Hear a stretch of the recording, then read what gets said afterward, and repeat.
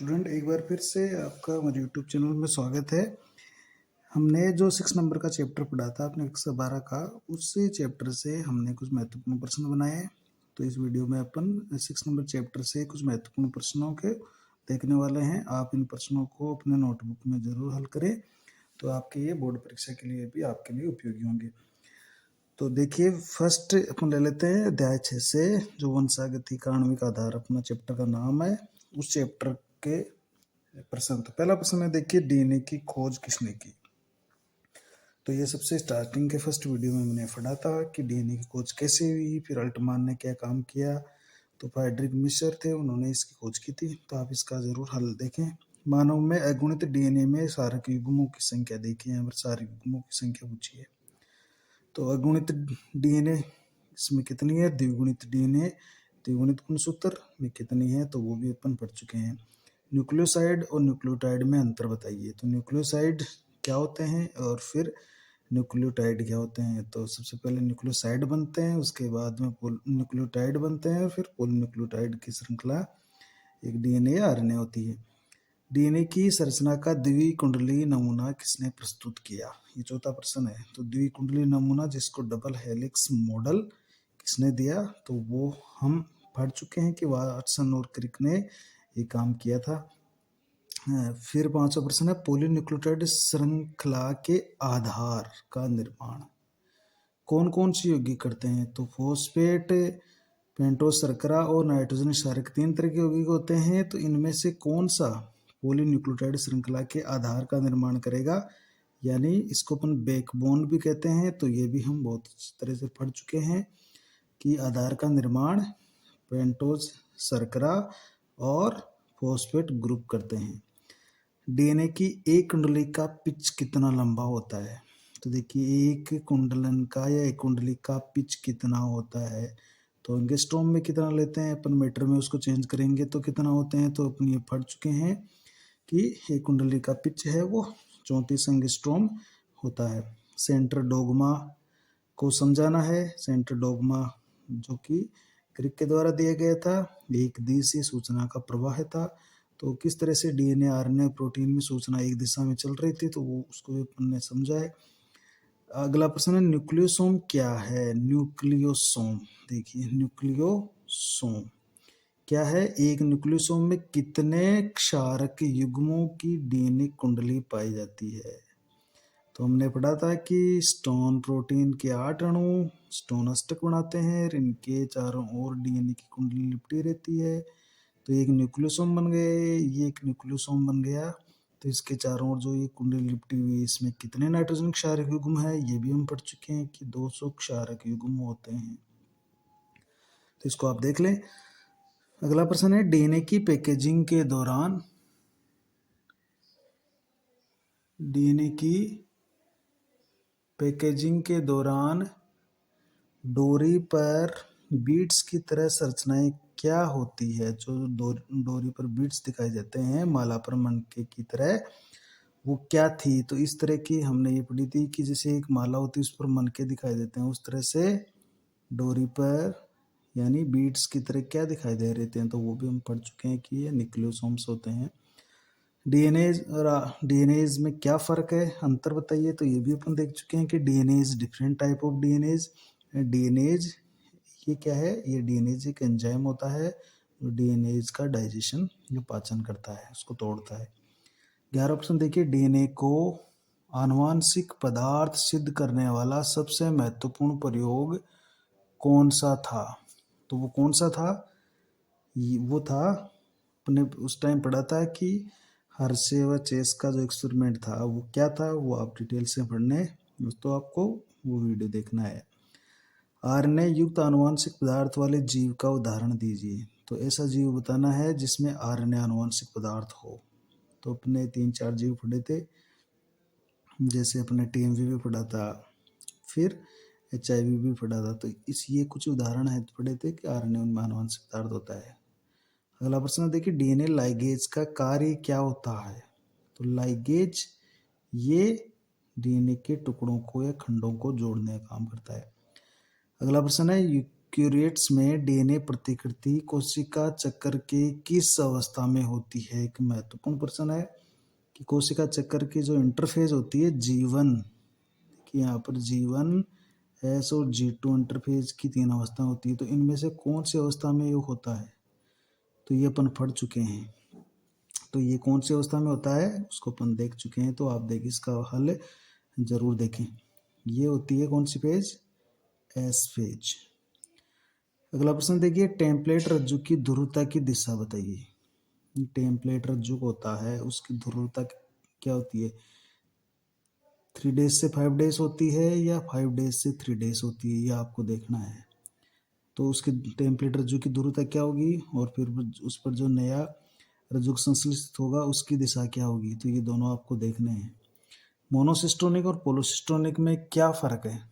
तो मोनोसिस्ट्रोन एक ही सिस्ट्रोन, पॉलीसिस्ट्रोन बहुत सारे सिस्ट्रोन। प्रोकैरियोट्स में होते हैं ये, मोनोसिस्ट्रोन यूकेरियोट्स में होते हैं। क्या होते हैं, कैसे काम करते हैं, ये अपन इस पढ़ चुके हैं। स्टॉप कोडोन कौन से होते हैं? स्टॉप कोडोन जो कि प्रोटीन संश्लेषण को स्टॉप कर देते हैं। वो कौन कौन से हो सकते हैं? ये जैसे एक ये है और जैसे एक ये है और एक और लिख देते हैं अपन AUG।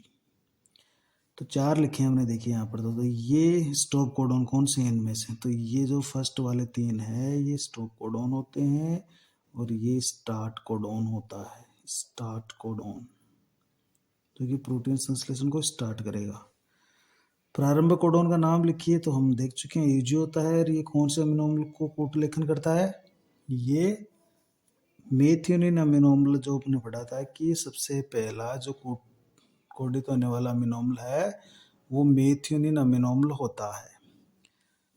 तो इसका AUG हो जाएगा, अमीनो अम्ल वो मेथियोनिन है। अपहासित कूट का क्या अर्थ है? तो हमने इसको डिटेल से समझाया कि अपहासित कूट है, कोडोन है, वो अपहासित भी होते हैं। उसका कारण है कि बहुत सारे कोडोन जब एक ही अमीनो अम्ल को कोडित करते हैं तो इस स्थिति को अपन अपहासन या अपहासित कूट कहलाता है। वो ती पत्ती है क्लोवर लीफ की पत्ती जैसी संरचना किस आरएनए की होती है? तो किस आरएनए की होती है? हमने mRNA पढ़ा था, tRNA पढ़ा था और एक RNA पढ़ा था, rRNA। तो इनमें से किसकी होती है ये आपको देखना है। इसमें जो क्लोवर लीफ की संरचना वो किस आरएनए की होती है, तो आपको ये देख लेना। ये हमने जब पढ़ा था तो इसको अच्छी तरह से समझा था। टीआरएनए अपनी वास्तविक संरचना में किस प्रकार की आकृति का होता है? तो जब हम इसमें 3D स्ट्रक्चर देखते हैं टीआरएनए की तो हमें ये उल्टे एल की तरह दिखाई देता है। ये इसका आंसर है, उल्टे एल की तरह। राइबोजाइम क्या है? देखिए राइबोजाइम, राइबो का मतलब है राइबो न्यूक्लिक एसिड और जाइम का मतलब है एंजाइम। तो ऐसे एंजाइम जो राइबो से बने हुए हैं, तो ये ऐसे एंजाइम होते हैं जो आरएनए से बने होते हैं। और उसमें भी कौन सा आरएनए होता है? हमने पढ़ा था कि 23 ऐसे आरएनए के बने हुए होते हैं। नेक्स्ट प्रश्न देखिए, लेक ओपेरोन किसे कहते हैं? तो ओपेरोन हमने देखा था कि ओपेरोन में क्या क्या था कि ये एक जीनों का एक समूह था। RPO और SC 4 जीन थी। तो एक जीनों का समूह था और ऐसी जीनों का समूह जो लेक यानी लेक्टोज के अपचयन को कंट्रोल करे, उसको नियमित करे, वो ओपेरोन लेक ओपेरोन कहलाता है। HGB की शुरुआत एवं समापन कब हुआ? अगला महत्वपूर्ण प्रश्न। तो HGB की शुरुआत हमने कहा कि 1 अक्टूबर 1990 में स्टार्ट हुई थी और अप्रैल 2003 में 13 साल बाद में ये फिनिश हो गया HGB। फिर नेक्स्ट प्रश्न है EST का पूर्ण नाम लिखिए। तो अपन इसको पढ़ चुके हैं कि HGB के अंदर जो मेथड कहाँ मिलेगी, उनमें एक मेथड था EST, एक्सप्रेस्ड सीक्वेंस टैग्स। ये ऐसे टैग्स, ऐसे अनुक्रम होते हैं जो एक्सप्रेस करते हैं अर्थात जो जीन होती है वो प्रोटीन बनाती है, ऐसी जीन होती है EST। फिर देखिए BAC और YAC का विस्तार रूप लिखिए। पूर्ण नाम लिखना है। तो BAC ये होते हैं, ये बैक्टीरियल आर्टिफिशियल क्रोमोसोम होते हैं और ये ईस्ट आर्टिफिशियल क्रोमोसोम होते हैं जो कि इनको हम वाहक के रूप में इस्तेमाल करते हैं। फिर है अगला, मानव की ज्ञात सबसे बड़ी जीन का नाम बताइए। तो मानव की सबसे बड़ी जो ज्ञात जीन है ये भी अपन पढ़ चुके हैं कि जब अपन ने HGB की विशेषताएं पढ़ी थी तब एक जीन पढ़ी थी डिस्ट्रोफिन, तो वो इसका उदाहरण है। सर्वाधिक जीन और सबसे कम जीन वाले गुणसूत्र का नाम लिखिए, तो ये भी अपन HGB में पढ़ चुके हैं कि सबसे ज़्यादा जीन किस पे होती है, सबसे कम जीन किस पे होती है। तो हम गुणसूत्र नंबर 1 जिस पर सर्वाधिक जीन है क्योंकि सबसे बड़ा है और सबसे कम जीन है वो वाई गुणसूत्र पर है, अपन ये पढ़ चुके हैं। DNA फिंगरप्रिंटिंग की खोज किसने की? तो DNA फिंगरप्रिंट की खोज की थी एलेक्स जेपरीज, इंग्लैंड के साइंटिस्ट थे।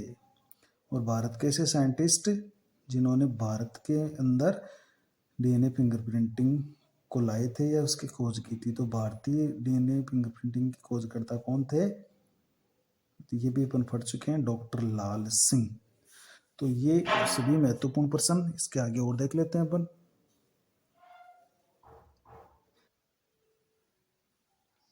इसके आगे है प्रश्न 30वां प्रश्न, VNTR का पूरा नाम लिखिए। तो ये भी वर्ड बार बार में आया था कि VNTR क्या होते हैं और इनकी एक महत्वपूर्ण उपयोगिता लिखिए। तो VNTR होते हैं variable number of tandem repeats, मतलब हमारे DNA में कुछ अनुक्रम ऐसे होते हैं जो बार बार रिपीट होते हैं और ये जो रिपीटेशन का क्रम है, ये संख्या है, वो अलग अलग व्यक्तियों में अलग अलग होती है, उसे अपन VNTR बोलते हैं और इसी का उपयोग हम DNA फिंगरप्रिंटिंग में या DNA प्रोफाइलिंग में करते हैं। अगला प्रश्न है, जीन अभिव्यक्ति के नियमन से आप क्या समझते हैं? तो जीन अभिव्यक्ति या जीन जब एक्सप्रेस करती है तो होता क्या है कि प्रोटीन बनता है। तो अभिव्यक्ति का नियमन करना है कि मान लीजिए प्रोटीन नहीं बनाना है या प्रोटीन बनाना है, तो जीन अभिव्यक्ति का नियमन का अर्थ यही है कि जीन द्वारा प्रोटीन के निर्माण की प्रक्रिया को शुरू कर देना या शुरू करने के बाद में उसको बंद कर देना, ये होता है नियमन। अगला प्रश्न देखिए महत्वपूर्ण, जो आपकी किताब से लिया गया है कि निम्न में से नाइट्रोजनिक क्षार न्यूक्लियोटाइड्स और न्यूक्लियोसाइड में वर्गीकृत कीजिए। आपको इनमें से नाइट्रोजनिक क्षार, न्यूक्लियोटाइड और न्यूक्लियोसाइड छांटने हैं। तो जिसमें एडेनिन, साइटोसिन, थाइमिन, गुआनोसिन ये आपने दे रखे हैं। तो इसमें से आपको नाइट्रोजनिक क्षारक छांटने हैं, न्यूक्लियोटाइड छांटने हैं और न्यूक्लियोसाइड छांटने हैं। तो ये भी अपन पढ़ चुके हैं। जैसे पहला एडेनिन है वो क्षार है, साइटोसिन क्षार है, थाइमिन भी क्षार है। गुआनोसिन, ये गुआनोसिन क्या है? ये कि न्यूक्लियोसाइड है। साइटिडीन, साइटिडीन क्या है? ये भी अपन पढ़ चुके हैं। यूरिडाइलिक अम्ल क्या है? देखिए इसके साथ अम्ल लगा हुआ है तो अम्ल लगता है वो न्यूक्लियोटाइड बन जाता है। यूरेसिल क्या है? ये क्षार है। डिऑक्सी एडिनोसिन, डिऑक्सी लगा हुआ है इसका मतलब, और एडिनोसिन है इसका मतलब है ये एक न्यूक्लियोसाइड है। एडिनाइलिक अम्ल, जैसे इसके साथ अम्ल लगा हुआ है इसका मतलब है ये न्यूक्लियोटाइड है। तो आप सभी न्यूक्लियोटाइड और न्यूक्लियोसाइड वाले जो वीडियो है उसको देखकर इसमें आप इसको वर्गीकृत कर सकते हैं। अगला देखिए एक महत्वपूर्ण प्रश्न देखिए, यदि एक द्विरज्जुकी DNA में 20% साइटोसिन है तो DNA में एडेनिन की मात्रा कितनी होगी? तो देखिए साइट यहाँ पर हमको C दे रखा है 20%, कैसे हल करेंगे? अपन को साइटोसिन दे रखा है 20% और हम जानते हैं कि C हमेशा ट्रिपल बॉन्ड G के साथ रहता है। तो अगर C 20% है तो GB कितना होगा? 20%। तो ये टोटल हो जाते हैं दोनों 40%। अब अगर टोटल अपन 100 मान लेते हैं, इसको कुल 100% मान लें तो 40 माइनस कर दें तो बाकी का बचता है 60। अब ये जो 60 बच गया ये कौन होगा? ये एडेनिन और थाइमिन, मतलब 30 तो एडेनिन होगा और 30 ही थाइमिन होगा। तो इस तरह से यहाँ पर हमने ये उत्तर निकाल लिया कि एडेनिन की मात्रा कितनी होगी? वो 30% होगी। तो इसको निकालने का सबसे आसान तरीका यही है कि आप क्या करो कि अपन को ये ध्यान रखना है कि साइटोसिन हमेशा जो साइटोसिन है ये ग्वानिन के साथ अटैच होता है और एडेनिन है वो थाइमिन के साथ अटैच होता है। तो ये बस आपको ध्यान रखना है कि जैसे ये 20% है तो ये भी 20 होगा, तो टोटल ये 40 हो जाते हैं और बाकी बच गए 60 और 60 में 30% ये दोनों हो जाते हैं। इसलिए एक प्रश्न और ले लेते हैं इसी का तरीका कि एक डीएनए में यदि थायमीन की मात्रा 30% दे रखी है तो हमें ग्वानिन की मात्रा ज्ञात करनी है। तो थायमीन दे रखा है हमें 30%, तो हमें पता है कि थायमीन डबल बॉन्ड अटैच होता है एडेनिन के साथ। तो अगर थायमीन 30% है तो एडेनिन भी 30% होगा और ये टोटल हो जाते हैं 60। और हम अगर टोटल परसेंटेज को 100 माने, 100 में से 60 निकाल दें तो बचता है 40। तो इसका मतलब है जो शेष बच गए यानी सी और जी, ये दोनों 40 है, यानी 20 सी होगा और 20 ही जी हो जाएगा। तो इसका मतलब है यहाँ पर हमने ग्वानिन की मात्रा याद करनी है, तो ग्वानिन की मात्रा हो जाती है यहाँ पर 20%। तो इस तरह के कई बार नीट में भी प्रश्न पूछे जाते हैं। तो अपन को क्या करना है कि एक तो ये ध्यान रखना है कि कौन सा क्षारक किसके साथ अटैच होता है और फिर उनको बराबर कर देना है, फिर 100 में से घटा के फिर उनको आधा आधा कर देना है। अब देखिए एक स्पेशल टाइप का प्रश्न और देखते हैं कि एक डीएनए में 200 क्षारक युग्म है तो डीएनए की लंबाई कितनी होगी। 200 क्षारक युग्म है तो डीएनए की लंबाई कितनी होगी। तो देखिए पहले तो ये ज्ञात करनी है अपन, और फिर हमें याद करना है एडेनिन, थाइमिन, साइटोसिन और ग्वानिन और हाइड्रोजन बंधों की संख्या भी ज्ञात करनी है। इस तरह के प्रश्न नीट में पूछे जाते हैं। तो टोटल बेस पेयर्स देखिए, टोटल बेस पेयर्स हमारे पास है 200 और डीएनए की लंबाई ज्ञात कर लेते हैं पहले। तो डीएनए की लंबाई के लिए अपन को एक कुंडलन की लंबाई पता है कि एक कुंडलन की लंबाई होती है वो 34 एंगस्ट्रॉम होती है। और हमारे पास टोटल बेस पेयर है और हम जानते हैं कि एक कुंडलन के अंदर, एक कुंडलन में जो क्षारक होते हैं युग्म, क्षारक युग्म वो 10 होते हैं। तो टोटल हमारे पास 200 है, तो कुल क्षारक युग्म में अपन अगर इसका भाग दे दें किसका, 10 का, तो हमारे पास कुंडलन आ जाएंगे। तो 200/10 का भाग दे दें तो हमारे पास कुंडलन आ जाता है 20।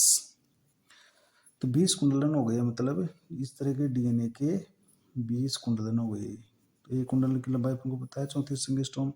तो टोटल लेंथ हो जाती है डीएनए की वो 20 × 34, मतलब ये हो जाती है अपने पास 0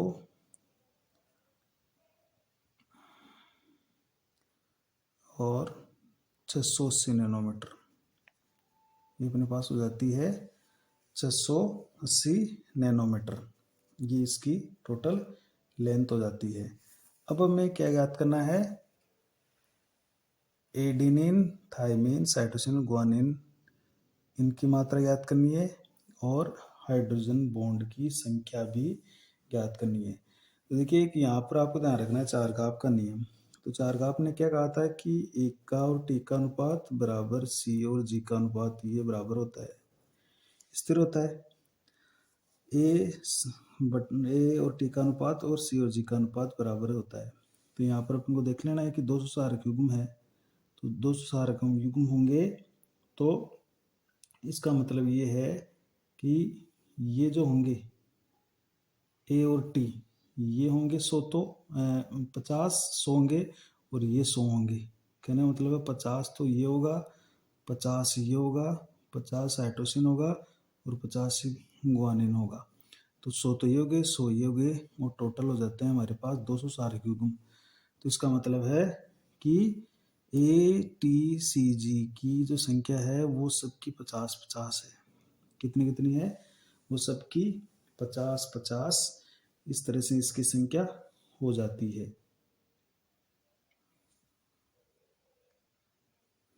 तो इस तरह से ये क्या हो गया 50-50। तो और अगर टोटल देखें तो कितना हो गया, ये तो हो गया 50, इसका मतलब ये तो कम रह गए, इसका मतलब 50 नहीं है। इसको आपको ऐसे करना है कि ए टी और सी बटा जी, मतलब टोटल 200 है तो इसका मतलब है ये भी 100 होगा और ये भी 100 होगा, ये 100 होगा और ये 100 होगा। देखिए तो 100 सारे युग्म तो ये हो गए, 100 हो गए, इसका मतलब टोटल ये 200 हो गए, तो 50 नहीं हो गए, ये अपने गलत किया है।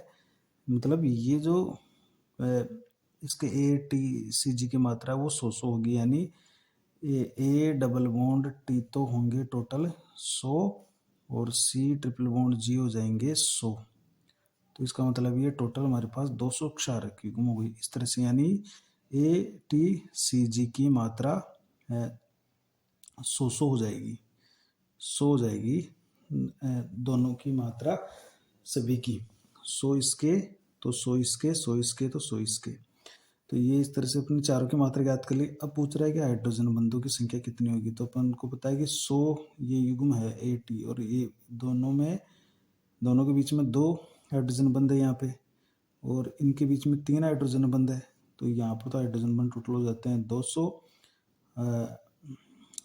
यहाँ पर, और यहाँ पर हो जाते हैं 300, और ये टोटल हो जाते हैं 500 H बंध। कितने हो जाते हैं, ये 500 H बंध हो जाते हैं। तो इस तरह से अपन H बंध भी बहुत इजीली ज्ञात कर सकते हैं। टोटल बेस पेयर है, उसमें हमने 10 का भाग दिया तो हमें कुंडलन प्राप्त हो गई, 20 कुंडलन हो गए। और ये कुंडलन की लंबाई अपन को पता है 34 एंगस्ट्रॉम, तो उससे गुणा कर देंगे, ये टोटल DNA आ गया 680 नैनोमीटर। ये टोटल DNA आ गया अपने पास, इसकी लेंथ आ गई DNA की। और चूंकि अपन को चारघाव का नियम पता है कि A और T का अनुपात और CG का अनुपात स्थिर होता है, तो ये 100 हो जाएंगे सभी, 100 ये 100 ये 100 ये 100 ये, टोटल 200 बेस पेयर्स हो गए, 200 बेस पेयर्स। और H बंध ज्ञात कर लेंगे, 100 को 2 से गुणा करके, 100 को 3 से गुणा करके, टोटल 500 H बंध हो गए। तो इस तरह से अपन H बंधों की संख्या भी ज्ञात कर सकते हैं। नेक्स्ट प्रश्न देख लेते हैं अपन। देखिए, एक DNA में 5 कुंडलन है, तो DNA की लंबाई, H बंधों की संख्या और ACTG की मात्रा ज्ञात करनी है। तो कुंडलन की देर टोटल कुल कुंडलन है 5, और अपन जानते हैं कि एक कुंडलन में क्षारक युग्म कितने होते हैं, 10 होते हैं। क्षारक युग्म कितने हैं, 10। तो टोटल बेस पेयर्स कितने हो गए, टोटल बेस पेयर्स हो जाते हैं अपने पास 5 गुणा 10 बराबर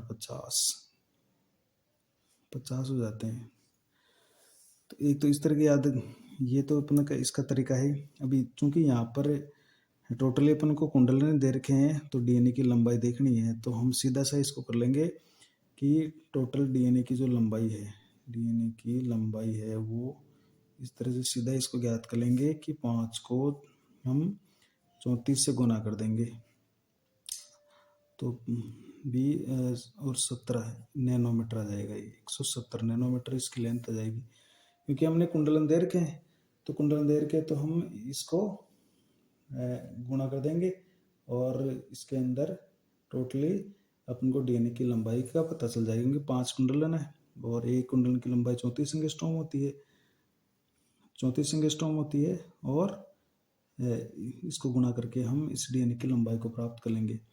अब हमें यहाँ पे देखना है, देखिए ये टोटल बेस पेयर हमारे पास कितना है, 50। तो 50 टोटल है, इसका मतलब है AT और CG कितने होंगे। तो चारघाव का नियम है कि AT का अनुपात और CG का अनुपात बराबर होता है, तो टोटल 50 होने चाहिए। इसका मतलब है 25 ये होगा तो 25 ये होगा, 25 ये होगा तो 25 ये होगा, और टोटल हो गए 25 और 25 50 हो गए। इसका मतलब है ATCG की मात्रा है वो 25 होगी। और अगर अपन को हाइड्रोजन बंध देखने हैं तो क्या कर लेंगे, ये 25 है और इसमें 2 होते हैं, तो 50 तो ये हाइड्रोजन बंध हो गए इसके अंदर, और इसमें 25 होते हैं, इसके अंदर 3 हाइड्रोजन बॉन्ड होते हैं, यहाँ पर 75 ये हो गए, और इस तरह से 125 H बंध हो जाते हैं टोटल इसके अंदर। तो इस तरह से अपन इसको H बंध भी ज्ञात कर सकते हैं। टोटल 125 हमारे पास H बंध आ जाते हैं।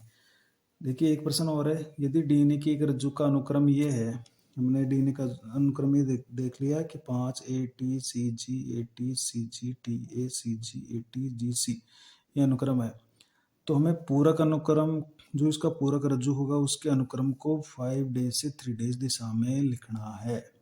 तो पहले तो अपन इसका पूरक अनुक्रम बना लेंगे। पूरक अनुक्रम किस तरह से होता है, 3 डेज से 5 डेज होगा। तो ये क्या होगा, ये होगा ए के सामने टी आ जाएगा, फिर ए आ जाएगा, फिर जी आ जाएगा, फिर सी, टी, फिर ए, फिर जी, फिर सी, फिर ए, फिर T, ji, C, T, A, सी और जी, ये आ जाएगा। अब हमें पूछा है प्रश्न में कि पूरक रज्जु का अनुक्रम को 5 डेज से 3 डेज दिशा में लिखना है। तो सही आंसर क्या जाएगा इसका, 5 डेज टू 3 डेज दिशा में। इस कैसे लिख लेंगे इसको, इसको इस तरह से लिख लेंगे अपन, इसको उल्टा कर देंगे बस, 5 डेज से 3 डेज दिशा में, यानी ये जो इधर है इधर लिख देंगे अपन, G C A T, C G T A, C G A T, C G A T, बस ये हो गया इसका। ये हमने 5 डेज टू 3 डेज दिशा में इसको ऐसे उल्टा करके लिख दिया है। तो ये हो जाता है इसका पूरक अनुक्रम का 5 डेज टू 3 डेज दिशा में लिखना। तो थोड़ा सा घुमा के ये प्रश्न है, तो इसको अपन आसानी से कर सकते हैं। अगला ऑप्शन देखो, पॉलीन्यूक्लियोटाइड श्रृंखला का नामांकित चित्र बनाना है, तो वो अपन को देख चुके हैं। डीएनए की संरचना का द्विरज्जु के द्विकुंडलीय मॉडल को चित्र की सहायता से समझाना, ये भी अपन देख चुके हैं। डीएनए फिंगरप्रिंट के विभिन्न पदों को संक्षिप्त में लिखिए, तो ये भी अपन पढ़ चुके हैं। हर्षे विशेष का प्रयोग, एचजीबी की प्रमुख विशेषताएं, डीएनए प्रतिकृति की प्रक्रिया का नामांकित चित्र सहित वर्णन और न्यूक्लियोसोम का नामांकित चित्र। तो ये सभी महत्वपूर्ण प्रश्न है, परीक्षा उपयोगी और बोर्ड परीक्षा के लिए भी ये उपयोगी है। तो अब आपके लिए एक प्रश्न है यहाँ पे कि एक क्वेश्चन दे देते हैं आपको, एक डीएनए में ग्वानिन की मात्रा 15% है, तो थाइमिन की मात्रा ज्ञात कीजिए। थाइमिन की मात्रा ज्ञात कीजिए। तो इसको आप ज़रूर करें और कमेंट सेक्शन में मुझे इसका आंसर आप ज़रूर बताएं, सिर्फ थाइमिन की मात्रा कितनी होगी। तो यहाँ पर ग्वानिन की मात्रा दे दी आपको 15%, तो थाइमिन कितना होगा ये आपको याद करना है। Thank you.